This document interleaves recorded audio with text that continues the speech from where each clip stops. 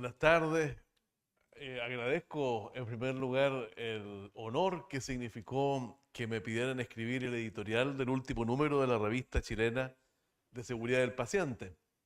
Está, como ustedes saben, disponible en internet gratuitamente, así que invito a que lean la revista completa y que pasen por el editorial que está bien relacionado con el tema que voy a exponer hoy día. Pero también agradezco el privilegio de estar frente a ustedes y de generar una conversación necesaria, que en realidad me parece urgente, sobre conceptos que también espero que se lleven como novedades, que no sintamos que ya sabemos todo lo que teníamos que saber, sino que probablemente nos falta unas mejoras y hay espacio para eso. Como se dan cuenta, la foto dista un poco del que tienen al frente, pero soy el mismo. No es como el comercial de Temu, ¿ya? Eh, Sin embargo, para que vean aún más el contraste, traje esta imagen de la única vez que me invitaron a la tele y que esas cosas que están ahí me las lanzaron por la cabeza, porque no fue bien recibido que yo planteara que la desescalada, cuando dejamos de hablar de emergencia de salud pública de importancia internacional, en el caso del COVID-19, yo planteé que la desescalada tenía que transmutar los mandatos y restricciones a educación, para que entonces las cosas aprendidas y las cosas pendientes de implementar tuviéramos curva de aprendizaje para poder realmente aumentar nuestra resiliencia sociosanitaria frente a amenazas de patógenos respiratorios. Eh, Soy médico del año 2004, titulado por la USACH. Fui becado por el IAS en esta facultad de la Universidad de Chile para estudiar gestión de calidad. Fundé el 2018 la ONG Desinflámate para la medicina social. Presido entonces una organización de sociedad civil sin fines de lucro y sin cuenta bancaria todavía. Creo que elegimos bien, visto lo visto. Y soy investigador del 2020 en el Laboratorio Translacional, no tengo conflicto de interés con eso. Anfitrión del 2021 de un podcast educativo, de un podcast a quien que los invito a que lo conozcan, se llama Aire y Vida, lo encuentran en YouTube y no tengo conflicto de interés por ello. Soy ex integrante del año 2022 de la Comisión Nacional de Respuesta Pandémica del Ministerio de Salud de Chile y coordinador desde este año del grupo de trabajo Prevención Primaria, Secundaria, Terciaria y Cuaternaria en la red española de investigación en COVID persistente. No tengo conflicto de interés que declarar tampoco por eso. El título de mi presentación entonces es Seguridad del paciente y seguridad del trabajador. La bajada que yo puse es provocadora, ¿cierto? ¿En pandemia o siempre? Voy a ilustrarles o intentar que nos actualicemos respecto de dos conceptos. Uno son los aerosoles respiratorios que están representados allí en esa gráfica. El otro es long COVID o COVID persistente, enfermedad emergente, ¿no es cierto?, desde hace 5 años, a partir de la infección y de las reinfecciones por SARS-CoV-2. La idea es que estas dos cosas van a estar presentes durante toda esta presentación. Esa imagen supongo que les trae un recuerdo postraumático, ¿verdad?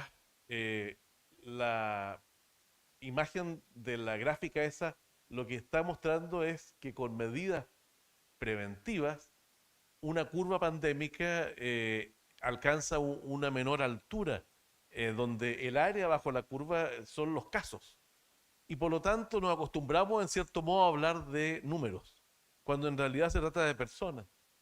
Y bueno, ahí usted tiene a una persona representada en la portada de la revista Science Translational Medicine, la tienen cargando con lo que parece, ¿no es cierto?, el virus del COVID, pero en realidad este número completo fue dedicado a diversos artículos sobre el long COVID. Por lo tanto, long COVID es un problema actual y lo va a seguir siendo por un buen tiempo más en adultos. Ahí tienen la definición ya clásica de la OMS, temprana, relativamente temprana, porque el long COVID se empezó a describir desde el 2020. Esto del 2021, en octubre, las diapositivas van a empezar a mostrar artículos y papers, ¿no es cierto?, en orden secuencial, en orden correlativo, de acuerdo a cómo fueron siendo publicados. Y tiene, para que podamos distribuir, ¿no es cierto?, después este PDF a los asistentes, tiene el enlace para que puedan acceder a ello y leerlo completo. Ustedes ven que esta gráfica de los CDC está informando, está comunicando riesgo, porque indica que 1 en 5 adultos después de una infección de SARS-CoV-2 sí está en el grupo de pacientes long COVID, eventualmente. Pero también en niños. Ahí ustedes tienen la definición clínica para el post-COVID, condición post-COVID o afección post-COVID. Tiene un código, ¿no es cierto?, en la Clasificación Internacional de Enfermedades, desde esta época, 2021. Y ahí también tienen una gráfica de los CDC comunicando riesgo, como debe ser, porque hay que permitir que las personas tomemos decisiones informadas, ¿verdad? Ahora les muestro un artículo que está hablando sobre la proporción de adultos y de niños que quedan con enfermedad llamada long COVID después de la infección, pero pasando por diferentes variantes.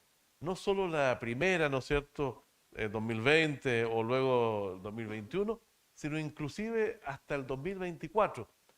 Es un estudio entonces que informa, si ustedes se fijan en el resumen que aparece al lado izquierdo de la imagen, que en adultos se observó entre 10 y 26%, que podría ser, según el intervalo de confianza, entre 5 y 20%, siendo conservadores en la estimación. Y en el caso de los niños, 4% de los niños después de una infección por SARS-CoV-2. Pero, ¿qué es este long COVID? Habiendo participado en varias jornadas científicas y seminarios organizados por la Red Española de Investigación en COVID persistente, yo les puedo decir a modo de síntesis que es un proceso de inflamación sistémica acelerada. Es decir, todos nos tenemos que inflamar desde que nacemos hasta morir. Y esto explica un envejecimiento fisiológico. Esto es lo que hace que entonces nuestro cuerpo tenga fecha de vencimiento y se le llama inflamación crónica de bajo grado. Pero ¿cuándo sobrevienen enfermedades específicas? Cuando nos empezamos a inflamar más rápido. Y esto lo producen factores genéticos, factores psicosociales, por eso están los determinantes, pero también lo produce eventualmente factores ambientales, químicos, físicos y biológicos, como en este caso el virus SARS-CoV-2. El hecho de que tenga receptores moleculares para ingresar a todos los tejidos del cuerpo ya nos dice algo de su impacto sistémico. Y long COVID no solo ha sido descrito como una condición de entonces inflamación sistémica acelerada, sino también ha sido descrito como un problema de salud pública con impacto multidimensional, como lo vamos a ver en los siguientes trabajos. Esta definición la publicaron las Academias Nacionales de Ciencia, Ingeniería y Medicina el año 2024. Como ustedes pueden ver en el listado que está representado en una gráfica de síntomas frecuentes, en este caso en un grupo de pacientes a quienes se le hizo medicina narrativa, o sea, escucha, ¿no es cierto?, activa de su vivencia de enfermedad, aparecen síntomas muy diversos. Y claro, porque a distintas personas viviendo con long COVID va a ocurrir que van a presentar manifestaciones clínicas distintas y enfermedades específicas diferentes. Y esto permite entonces clasificar a esta población de personas viviendo con long COVID en fenotipos, en subgrupos, algunos con manifestaciones más bien cardiovasculares, gastrointestinales, neurológicas y combinaciones de eso. Este trabajo lo han hecho los epidemiólogos clínicos y permiten que tengamos esperanza, ¿no es cierto?, de que tratamientos futuros, porque actualmente no tiene cura esta condición post-COVID, sí puedan ser ofrecidos a los diferentes subgrupos de pacientes que están padeciendo fenotipos distintos de la enfermedad. Este es un trabajo ya clásico publicado en Nature Medicine, ¿no es cierto? El primero se llamaba Resolviendo el puzzle del long COVID, se los recomiendo como para enterarse de qué se trata. Y luego este otro un poco más elaborado, ya hablando de estadísticas, hay que asumir que se ha estimado en casi 500 millones de personas en todo el mundo quienes viven con long COVID en la actualidad, 5 años después del inicio de la pandemia de COVID-19. Y hay prioridades tanto científicas como de política y en definitiva para llegar con un manejo aceptable, con un estándar de cuidado a las personas que viven con long COVID en todo el mundo. Como ustedes se dieron cuenta en esta imagen, hay diversos mecanismos fisiopatológicos que forman parte de este gran río, ¿no es cierto?, de inflamación sistémica acelerada que está recorriendo el cuerpo de las personas que viven con long COVID, desde la disfunción endotelial, la hiperactivación inmunitaria de ciertas líneas celulares, como los linfocitos TCD8, que lleva a un agotamiento de estos linfocitos, células citotóxicas, que explica, al menos en parte, la mayor susceptibilidad observada después de las olas pandémicas de COVID-19 a otras infecciones respiratorias, como ustedes han observado ahora, ¿no es cierto?, las infecciones por VRS, por metaneumovirus o por otros patógenos respiratorios no ha sido la que estábamos acostumbrados. Y claro, es porque se ha encontrado con huéspedes que tienen una inmunidad alterada por el long COVID. Lo que pasa es que la mayoría no está diagnosticado. Y si bien aquí hay harto de fisiopatología inmunitaria, harto de difusión endotelial, autoinmunidad y tal, en la expresión clínica, ustedes están viendo el reporte o la nota técnica elaborada por la Reserva Federal de Estados Unidos, o sea, la autoridad económica del país desarrollado, ¿no es cierto?, del norte de América, que hizo este informe para interesarse por qué estaba reducida la fuerza de trabajo en Estados Unidos. Informes similares fueron evacuados en otros países desarrollados, como Reino Unido. ¿Y por qué? Por esto, por lo que ustedes pueden ver, síntomas como que le cuesta a la persona recordar o concentrarse, o que se canse al caminar o subir escaleras. Estamos hablando de síntomas, si ustedes quieren, debilitantes en general, pero que dependiendo de la actividad laboral que cada uno realiza, nosotros, por ejemplo, que trabajamos en salud, evidentemente que nos puede cambiar la vida. Y de hecho así ocurre. Y esto se traduce en una mayor tasa de discapacidad y una reducción de la fuerza laboral efectiva en la economía, con impacto, ya decía, multidimensional, también en la productividad económica medido en países desarrollados. Que no nos enteremos por las noticias no significa que no exista, ¿verdad? Aquí tenemos otro estudio que nos indica la prevalencia global de long COVID y los síntomas más comunes. Y lo que simplemente quiero mostrarles es esta gráfica donde está reflejado en el grupo de trabajadores de la salud, o sea, nosotros, que un 40% en promedio de los trabajadores de la salud sufrimos long COVID en esta serie y en este estudio. Por lo tanto, así como se han mencionado otros aspectos de los cuales no se habla en este Congreso, yo me alegro de esta oportunidad de visibilizarlo y quizás empáticamente algunos de los presentes pueden estar considerando que conocen a alguien o que uno mismo puede estar viviendo con long COVID siendo trabajador de la salud. Este trabajo lo que asocia es los síntomas de long COVID con el impacto o el resultado laboral. Y como se ve, ¿no es cierto?, hay un porcentaje no menor de personas que no pueden volver a trabajar y que también tienen ausentismo laboral.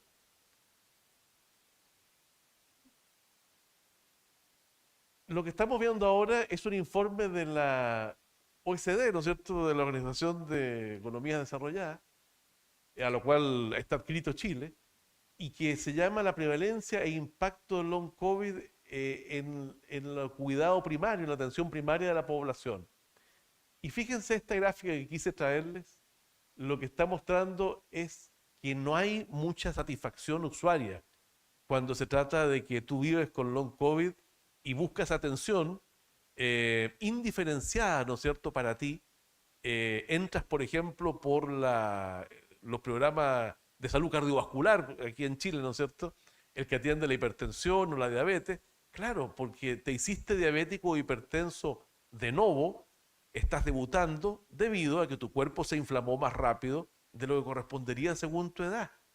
Capaz que si hubieras seguido tu trayectoria de factores genéticos y ambientales, hubieses sido igualmente enfermo crónico después, pero se adelantó la presentación clínica de la patología y resulta que cuando eres consciente ya de que debajo de esto hay un long COVID, no te sientes satisfecho como otros pacientes con los cuidados que recibes. ¿Por qué? Porque estás viviendo inflamación sistémica acelerada y por lo tanto son muchos los impactos, muchas las manifestaciones y probablemente una multimorbilidad la que se te ha aparecido en tu vida. Este informe es hecho curiosamente para uno que es ignorante en otras materias por una gran empresa de seguros, digamos de la industria de los seguros, de vida. Y miren el nombre, el futuro del exceso de mortalidad después del COVID-19. Todos sabemos que las olas pandémicas, especialmente en la medida que estaban asociadas a catástrofes sanitarias, o sea, a un grave desbalance entre recursos disponibles y necesidades emergentes, en relación con la neumonía grave por COVID, agudo, todos sabemos que eso asociaba a aumento de mortalidad, un exceso de mortalidad, agudo, puntual. Pero resulta que la curva bajó sin descender a los niveles prepandémicos.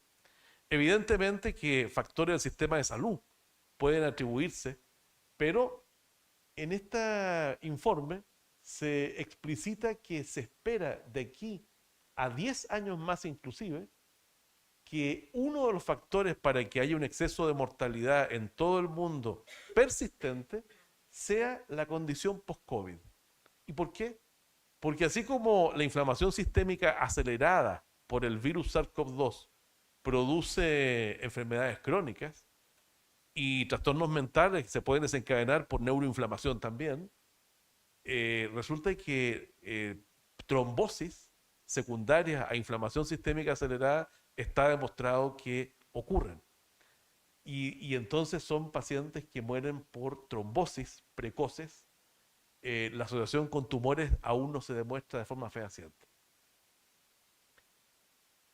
Lo que estamos viendo aquí es una declaración de consenso de Economist, ¿no es cierto? De un grupo de especialistas convocados por el diario The Economist para que vean que el impacto multidimensional de esta enfermedad emergente de época es real y la preocupación se ha convertido en la convocatoria de especialistas, entre ellos un integrante del laboratorio donde yo participo, que es de Argentina, y que, como se dan cuenta en las conclusiones sobre política, está sugiriendo un foco en prevención. Es decir, esto de que se acabó la emergencia de salud pública internacional es relativo, primero, por los números de carga de morbilidad, de discapacidad en la sociedad y de reducción efectiva de la fuerza laboral. Pero es que además estos impactos están haciendo que haya llamados intersectoriales respecto a prevenir el contagio en particular de este virus respiratorio. Y esto es lo más nuevo. Este documento anticipa que próximamente, en las próximas semanas, va a sacar la Organización Mundial de la Salud una estrategia para operacionalizar, ¿no es cierto?, el manejo de la amenaza del coronavirus y el continuo de enfermedad que puede causar, desde un COVID agudo leve, que se puede vivir como una infección respiratoria aguda, quizás similar a todas las otras, pero que en estos porcentajes, que no son despreciables, al contrario, son porcentajes que no estábamos acostumbrados de síndrome postinfeccioso, ¿no es cierto? Quede la persona con síndrome post-COVID o afección post-COVID, y que entonces eso requiere un manejo y requiere un modelo de atención y estándares de cuidado que la OMS está haciendo cargo, que así como desarrolló guías para la parte aguda, tiene que ofrecer guías para la parte post-COVID. Haciendo referencia al tema del Congreso, ¿no es cierto?, al tema que nos convoca, la seguridad del paciente. Long COVID evidentemente es reconocido como un diagnóstico por la OMS, tiene una clasificación, tiene un código en la clasificación internacional de enfermedades, y como decía el año pasado la campaña del Día Mundial de Seguridad del Paciente, el diagnóstico, el diagnosticar a alguien, el diagnóstico oportuno es una forma de garantizar seguridad clínica. De manera que yo invito desde esta tribuna a todos ustedes a que sospechen activamente long COVID o COVID persistente en sus pacientes o en sus compañeros de trabajo. Y ahora entro al mismo trauma, ¿no es cierto?, de la pandemia, trauma basado en experiencias reales, que algunas las hemos compartido, otras las guardamos en nuestra intimidad, para denunciar que esto que salió en una cuenta oficial de la OMS no era cierto. Decían en esa fecha, marzo 28 del 2020, que era una fake news que el virus del COVID fuera aéreo, porque la transmisión aérea se reservaba supuestamente a la tuberculosis, la varicela, la viruela y el sarampión. Y para de contar. Bueno, resulta que Carl Zimmer es un divulgador científico, es un divulgador que sacó este año un libro que se llama Airborne. O sea, 5 años después, les puedo contar que alguien que no es un sanitario como nosotros, escribió un libro para contar sobre este desaguisado y sus consecuencias, y sobre todo para contar a la gente que quiera aprender sobre ciencia, sobre salud, que las infecciones respiratorias se contagian principalmente a través del aire. Ahí surgen las 7 capas. Ustedes tienen a la izquierda una gráfica que está en la página informativa de los CDC para público general, donde se mencionan las intervenciones eficaces, basadas en evidencia, ¿no es cierto?, para prevenir infecciones respiratorias.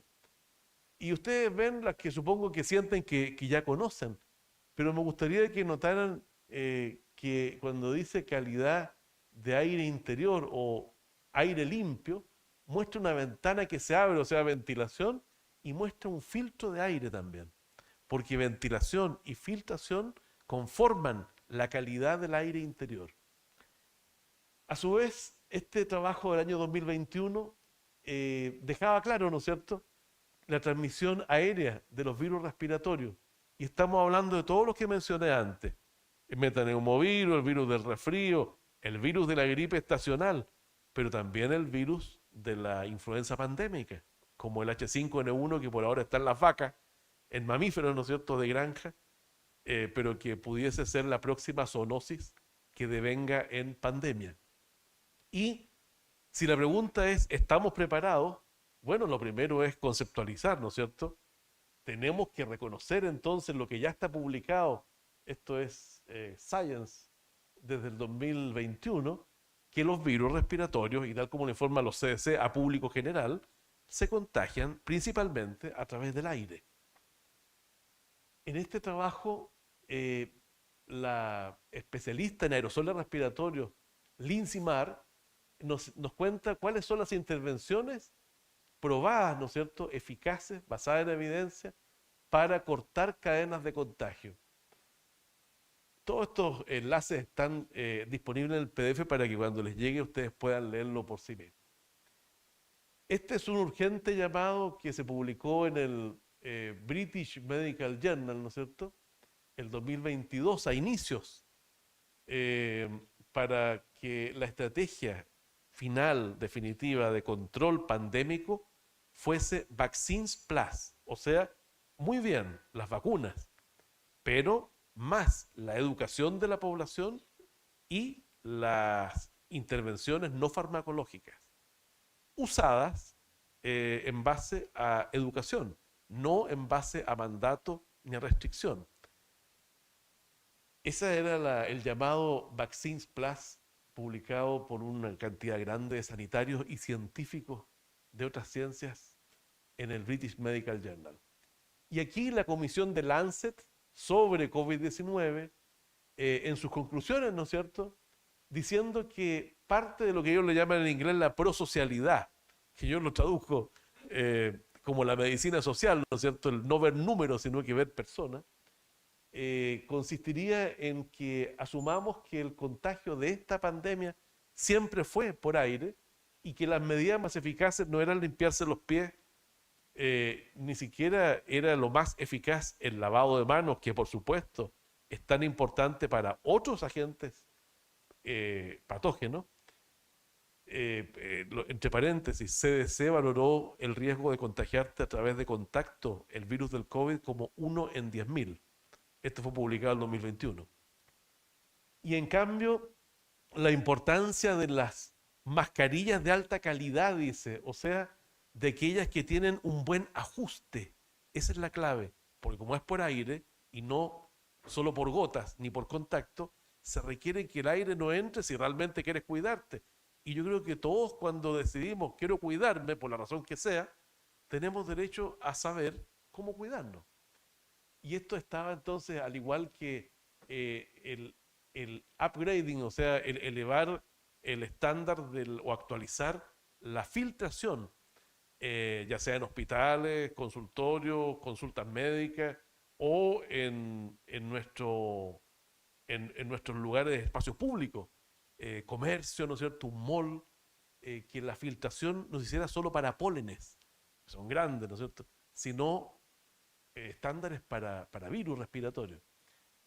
Y todo eso para aumentar la resiliencia sociosanitaria. Ahí menciona virus MERV-13. Aquí traje uno para que lo conozcan simplemente. Es un estándar de filtro de aire que es el estándar mínimo cuando hablamos de filtración con fines de prevención de infecciones respiratorias. Y habla también de monitorizar la calidad del aire interior en términos de la ventilación. Un medidor de CO2 es lo que les estoy mostrando, y con ello uno puede tomar como proxy de la concentración probable de aerosoles respiratorios en el aire que estamos compartiendo la concentración del CO2. ¿Por qué? Porque junto con emitir CO2, porque somos seres, ¿no es cierto?, que emitimos CO2, estamos emitiendo aerosoles respiratorios tan solo con respirar.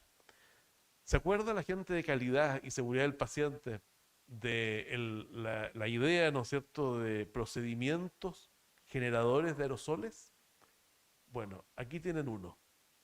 En este momento yo estoy generando más aerosoles respiratorios al hablar que una ventilación mecánica no invasiva, que una intubación endotraqueal y que cualquier otro procedimiento generador de aerosoles.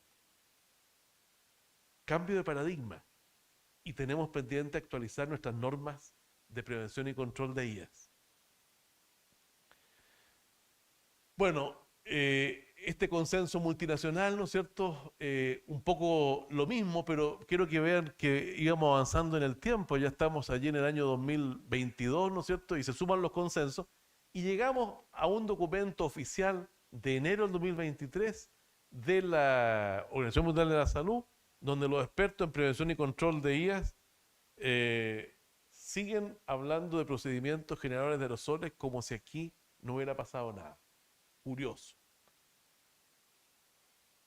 En febrero y marzo del 2022, el Laboratorio Transnacional al cual pertenezco, trabajando con el profesor doctor Werner Brevis de la Universidad Católica, director del doctorado en ingeniería de esta universidad, y con científicos del grupo Aireamos de España, expertos en aerosoles y su manejo, ¿no es cierto?, generó este modelo preventivo que llamamos las 7 capas. Yo tuve la oportunidad de publicarlo el año siguiente en una jornada científica del Instituto de Salud Pública de Chile. Y como ustedes ven, lo que se incluye son, por supuesto, los test y las vacunas, ¿ya? Pero especialmente a las 12 ahí arriba, ¿no es cierto? Importante la educación, lo que estamos haciendo ahora. El comprender cómo ocurre el contagio cercano y lejano a través de los suelos respiratorios. Y los respiradores, con su estándar de calidad que está puesto en el círculo verde, N95 o FFP2, bien ajustado al rostro. La ventilación con su estándar de calidad, que el CO2 sea inferior a 550 o 700 ppm. Estamos cerca. Que la filtración, si hay filtración, upgrading al material filtrante, en este caso EPA, o al menos MERC 13.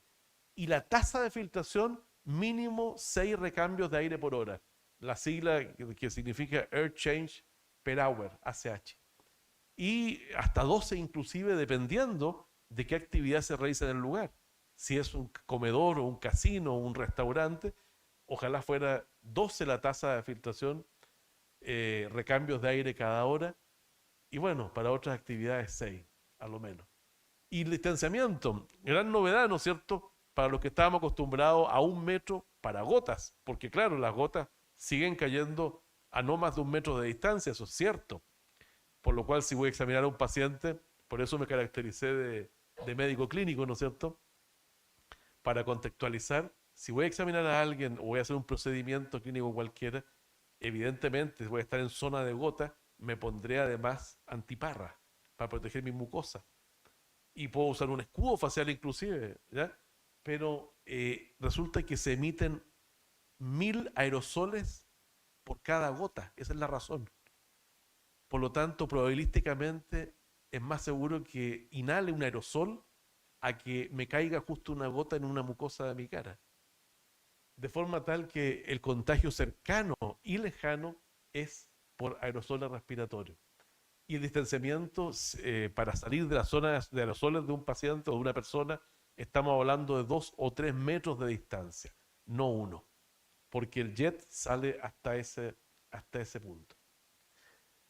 Y luego una actualización muy interesante, que incluso tiene una traducción de su resumen ejecutivo al español, disponible en esta misma página que les puse ahí, que de hecho se la mandé al doctor Hugo Bojardo para que, si es posible, lo pueda compartir con los inscritos, ¿no es cierto?, con quienes se lo soliciten. En esta actualización se hace cargo la OMS y su grupo de prevención y control de infecciones de que algo tiene que cambiar. Y claro, estamos en diciembre de 2023, o sea, ha pasado 1 año y medio. Y no se ha modificado en función de estos cambios que ya ocurrieron en la recomendación OMS, no se ha modificado nuestra norma nacional de prevención y control de infecciones asociadas a atención de salud. Y si no se modifica eso, tampoco estamos cuidándonos entre nosotros como trabajadores sanitarios. Lo que quise destacar en esta parte es que el, el, ah, que hacían mención, me pareció cómico, a que los respiradores N95 o FFP2, aquí traje uno, perdón, ahí están los guantes, pueden causar acné.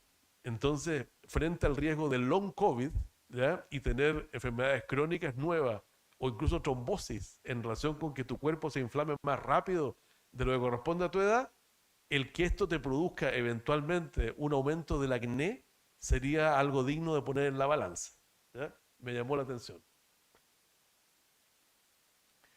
Y hay algo que a esta altura resulta penoso, que es que alguien intente sostener que es lo mismo una mascarilla quirúrgica que un respirador N95 o FFP2 bien ajustado. Esta es una revisión sistemática hecha por la doctora Trish Greenhalgh de la Universidad de Oxford, de la primera camada de expertos mundiales en medicina basada en la evidencia, para que entendamos el contexto. y tanto así que se permitió agregarle un plus a la medicina basada en la evidencia y hablar de que para efectos de prevención debemos atender a metodologías científicas válidas desarrolladas por otras ciencias, como la ingeniería, la física, la química, y no quedarnos solo con nuestra pirámide, ¿no es cierto?, de evaluación de la evidencia para efectos de prevención. O sea, es una adelantada en la materia y ella hizo esta revisión sistemática donde comparó. Y miren lo que recoge. La diferencia grande, ¿no es cierto?, entre una mascarilla FFP2 bien ajustada, un respirador, y una mascarilla quirúrgica que, como ustedes saben, está diseñada para o recibir los mocos del cirujano mientras opera, o prevenir que le caiga un chorro de sangre en la boca, que sería, digamos, sus dos utilidades mayores. La efectividad de la mascarilla quirúrgica para el tema de aerosoles respiratorios, que es el mecanismo principal de contagio de los patógenos respiratorios, es entre 40 y 60%. Por lo tanto, cercano a 50, que equivale a tirar una moneda al aire. Esta, para que ustedes conozcan, ¿no es cierto?, de otras disciplinas, es de la Sociedad Americana de Ingenieros de Medio Ambiente, o sea, de ambientación, de climatización y aire acondicionado y todas esas cosas, de ventilación. Perdonen mi ignorancia, pero como no es mi materia. Sin embargo, es muy interesante porque ahí ustedes ven ya llegando del concepto al estándar, de lo cualitativo a lo cuantitativo. Tienen las tasas de ventilación recomendadas para diferentes lugares, ya sea de la casa o espacios públicos o incluso dentro del hospital. O sea, que nadie vaya a pensar que después de 5 años en que estos científicos han hecho el trabajo, ¿no es cierto? Y lo han publicado, que nadie vaya a pensar que la información no existe o que no estaba disponible, porque sí está. Y en español, por si alguien no quisiera leer inglés, ¿no es cierto?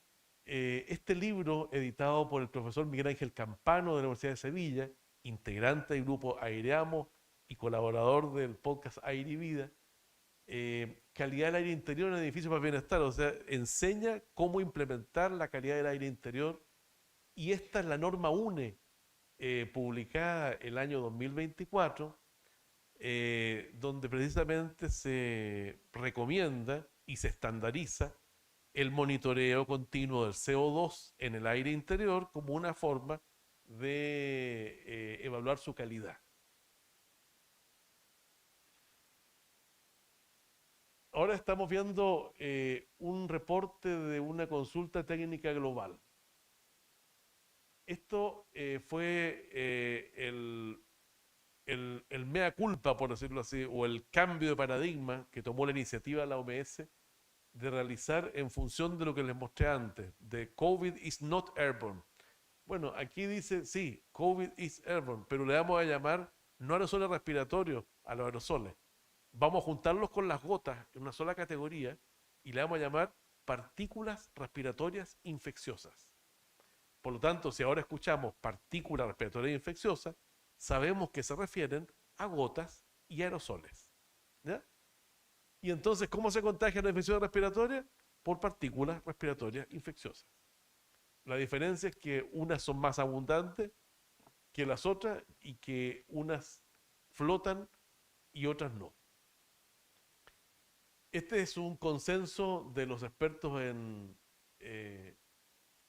ventilación y en calidad del aire interior, ¿no es cierto? Diciendo que una lección de la pandemia es la calidad del aire interior, que tiene que ser estandarizada. Ellos hablan en los espacios públicos, pero evidentemente partiendo por nuestros centros de salud. Aquí está el documento oficial de la OMS, donde se hace cargo de que próximas pandemias no puede cometer las mismas omisiones o errores, y entonces elabora un manual que se llama PRET, Preparación y Resiliencia para Amenazas Emergentes, donde créanme que todas estas lecciones que estamos hablando, basadas en esa evidencia que les he mostrado, están bien aprendidas. Y esto es un artículo del profesor José Luis Jiménez, de la Universidad de Colorado, que nos indica qué es lo que pasó en cuanto a nuestras creencias. Desde antes de Cristo eh, se creía mucho en la transmisión de enfermedades por el aire. Se hablaba de la teoría del miasma, ¿eh? Pero resulta que cuando se vio la importancia del contacto en relación con tantas enfermedades importantes, ¿no es cierto?, que se contagian por esa vía, en vez de mantenerse el aire como vía de contagio, se desestimó. Y allí entonces tuvieron que una a una ir validándose la contagiosidad por aire de enfermedades específicas, como tuberculosis, viruela, varicela, sarampión y el COVID, con todo lo que costó o se demoró. Por lo tanto, había una resistencia a la conceptualización de que fuera por aire el contagio. Y claro, Jiménez sostiene que eso no es gratuito. Eso es porque alguien tiene que pagar la implementación de las medidas para contagio por aire, que obviamente son más caras que las de contagio por gota. Pero eso no es razón para que nosotros seamos ni rehenes ni cómplices, ¿verdad? Y este es un excelente documento que ya toma la evidencia generada por otras ciencias como la ingeniería, la física, la química, de aerosoles, y la incorpora en el acervo cultural de la OMS. Yo les recomiendo este documento. Se refiere a la evaluación del riesgo de transmisión aérea en interiores. Bueno, ahora, ¿no es cierto?, ustedes ya pueden asociar esa imagen del aerosol respiratorio con las 7 capas y ese símbolo, ¿no es cierto?, con la lucha contra el long COVID. Y les voy a decir mis conclusiones. Todos tenemos el derecho a saber, particularmente durante una pandemia, el derecho de las personas a saber es independiente de la implementación de controles, intervenciones preventivas u otras capas de protección civil sanitaria. Prácticamente todas las personas que han fallecido por COVID-19 ignoraban el mecanismo de contagio cercano y lejano a través de los órganos respiratorios. Creo que eso nos dice algo, ¿verdad? En el sentido de que nos toque como generación un poco rendir un justo homenaje cambiando, si es que hay que cambiar. Quienes hoy creen saber cómo se previenen infecciones respiratorias, o sea, nosotros, están desinformados ya que han sido educados en el viejo dogma de las gotas, que todavía no cambia en los cursos de IAS. Los profesionales de la salud y de la educación debemos dar el segundo paso, porque el primer paso lo vienen dando hace 5 años científicos y pacientes, que son mis héroes a quienes le rindo homenaje de esta tribuna. Hay una síntesis entonces, curiosamente generada en Chile, pero que quizás ustedes no se habían enterado, llamada las 7 capas. Y como la evidencia ya se la mostré, voy a detenerme un segundo en los principios éticos.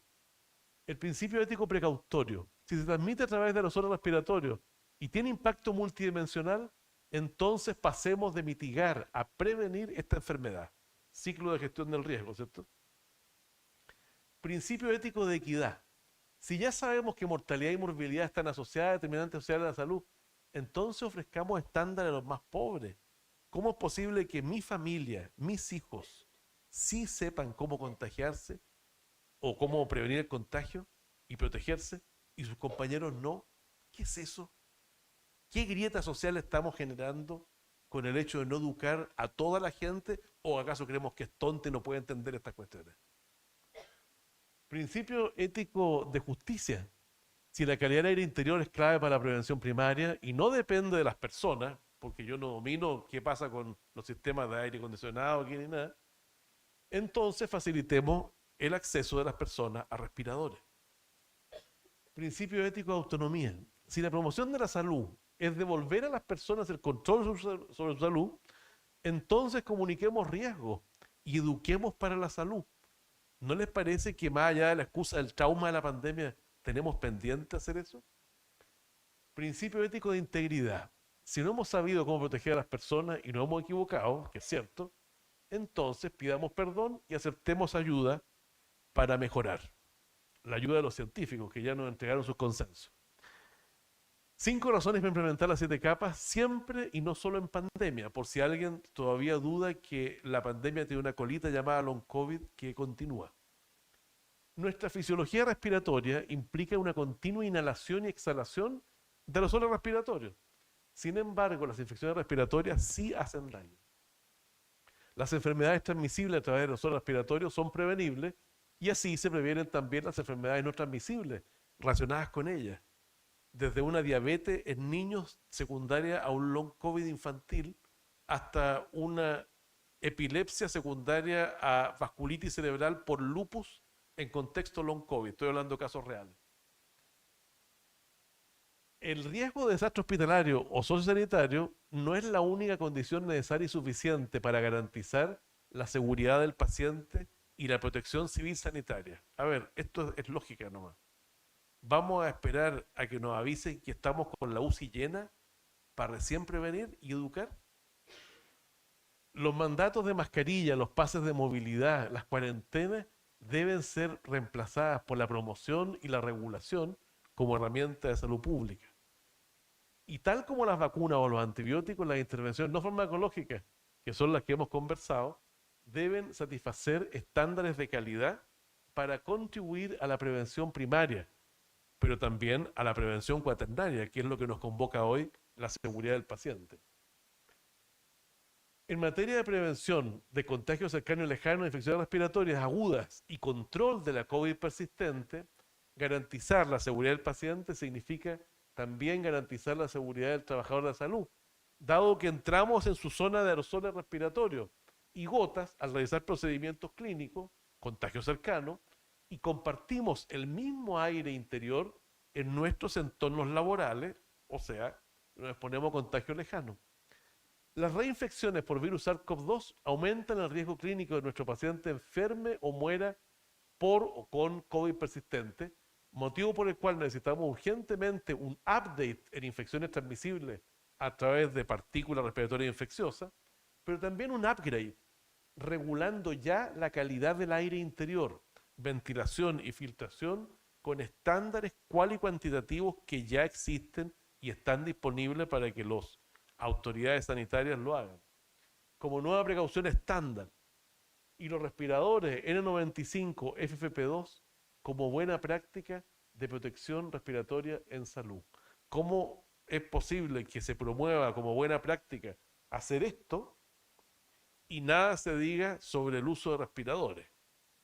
¿Y cómo es posible que estemos de acuerdo todos, yo también, en que esto debe seguir siendo una precaución estándar, pero no seamos capaces, después de tantos muertos y tantos enfermos, de saber que esto es una precaución estándar y esto es una precaución estándar, la filtración del aire, y esto es una precaución estándar en salud?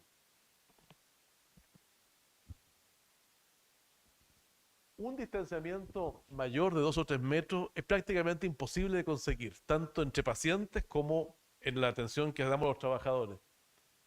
Por lo cual, el riesgo de contagio cercano a través de los aerosoles respiratorios tiene que ser controlado con respiradores N95 FFP2 bien ajustados, más una óptima ventilación, y si le agregamos filtración, estaríamos reduciendo el riesgo de contagio lejano con estos nuevos estándares de calidad. Dado que las personas generamos aerosoles respiratorios con tan solo respirar o hablar, las intervenciones no farmacológicas para pasar de mitigar a prevenir este riesgo deben ser implementadas universalmente.